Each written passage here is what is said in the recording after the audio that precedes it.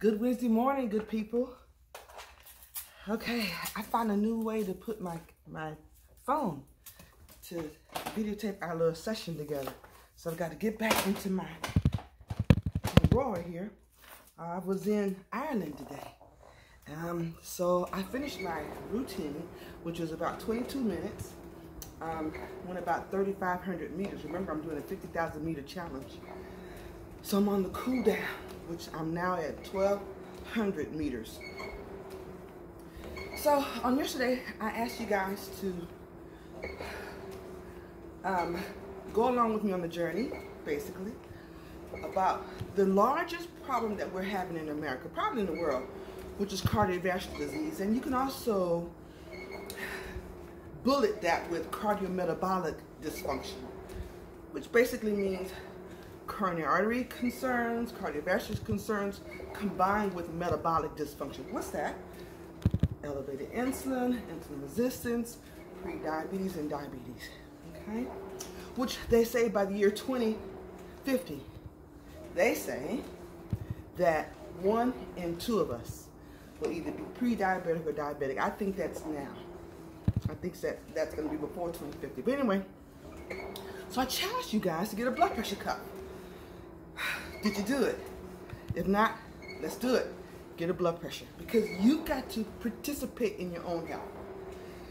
So, and I informed you guys that if your blood pressure is anything 130 over 80, equal to above, then we need to, even more so, be more aggressive about intervening. So, if you've already been diagnosed with hypertension, high blood pressure, or if you're noting that your blood pressure is a little elevated or borderline with your own testing, why? Why is hypertension there? Now understand this. Your body needs pressure. We've got about, once again, 60,000 miles of vessels in our body. In order for the blood to pump through those vessels, you need pressure. You need a pulse wave to occur. Pressure. All right? And that's what the heart does. Our heart pumps the blood throughout all those thousands and thousands of miles of vessels. However, that blood pressure causes potentially shear forces against those vessels once the pressure becomes elevated. And what happens is the shear forces begin to deteriorate the lining of the vessel wall. We're learning more about the intricacies of that process. And I'm so excited, I'm a nerd, I guess, to learn that endothelial dysfunction. Now, the vessel wall is called the endothelium. Endothelial dysfunction is the root cause of heart disease. But why does the endothelium become dysfunctional in the first place? That's a whole nother story.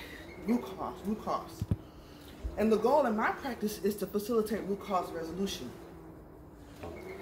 So within the endothelium is something called the endothelium glycocalyx.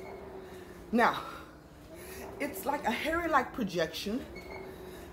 That's the thinness of a paper, and looks like your eyelashes. It's so cool. It's like the bare skin of the lining of the blood vessels. We all have endothelial glycocalyx. And the shear forces disrupt that lining called the glycocalyx, G-L-Y-C-O, glycocalyx, C-A-L-Y-X. And that's the initiator of heart disease. Now, when that happens, it's like the vessel wall is naked, doesn't have a protective covering, and then you become inflamed. You become inflamed. And inflammation is the cause of all diseases, whether it be high blood pressure, heart disease, diabetes, cancer. All right? So I'm going to end there, because now tomorrow, hopefully if I'm able to do this tomorrow, we're going to talk a little bit more about the endothelial glycocalyx. And also, men, a little hint. The canary in the gold mine for men to determine if they have the initiation or the beginning of heart disease or endothelial dysfunction is ED. ED. Because that's a big vessel.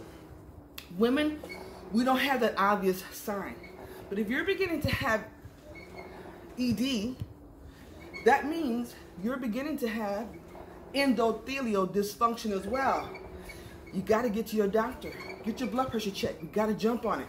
All right? Okay, good people.